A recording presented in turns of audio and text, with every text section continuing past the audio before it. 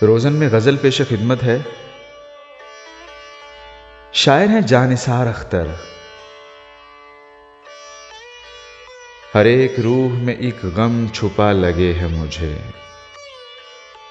ये जिंदगी तो कोई बद्दुआ लगे है मुझे।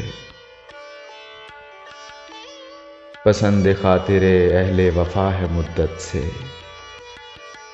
ये दिल का दाग जो खुद भी भला लगे है मुझे।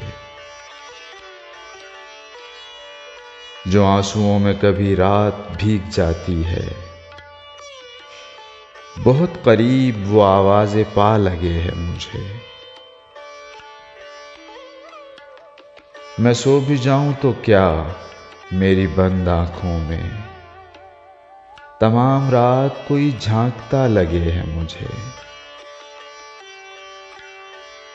मैं सोचता था कि लौटूंगा अजनबी की तरह, ये मेरा गांव तो पहचानता लगे है मुझे।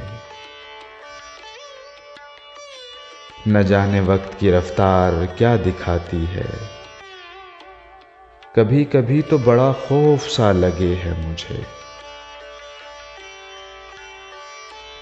बिखर गया है कुछ इस तरह आदमी का वजूद, हर एक फर्द कोई सानेहा लगे है मुझे। अब एक आध कदम का हिसाब क्या रखिए,